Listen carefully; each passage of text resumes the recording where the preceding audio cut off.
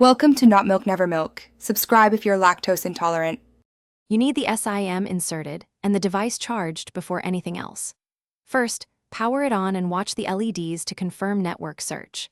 Once the modem initializes, open your phone or laptop Wi-Fi list and find the default SSID printed on the sticker. Make sure you have that password ready. If the router asks for an admin login, use the printed defaults now so you can access the web interface and complete configuration. You should log into the router UI or companion app to change defaults and lock it down. Change the SSID to something recognizable and set a strong WPA2 or WPA3 password so neighbors can't join.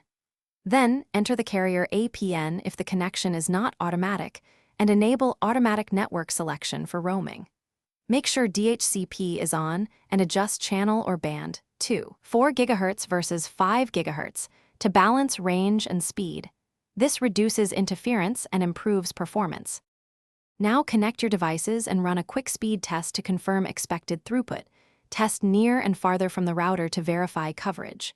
Once satisfied, apply firmware updates and set data caps or alerts to avoid overages. If something fails, reboot the router and your device first. If that doesn't work, reset the SIM, confirm APN settings, and try switching between 4G and 5G bands. If all else fails, contact carrier.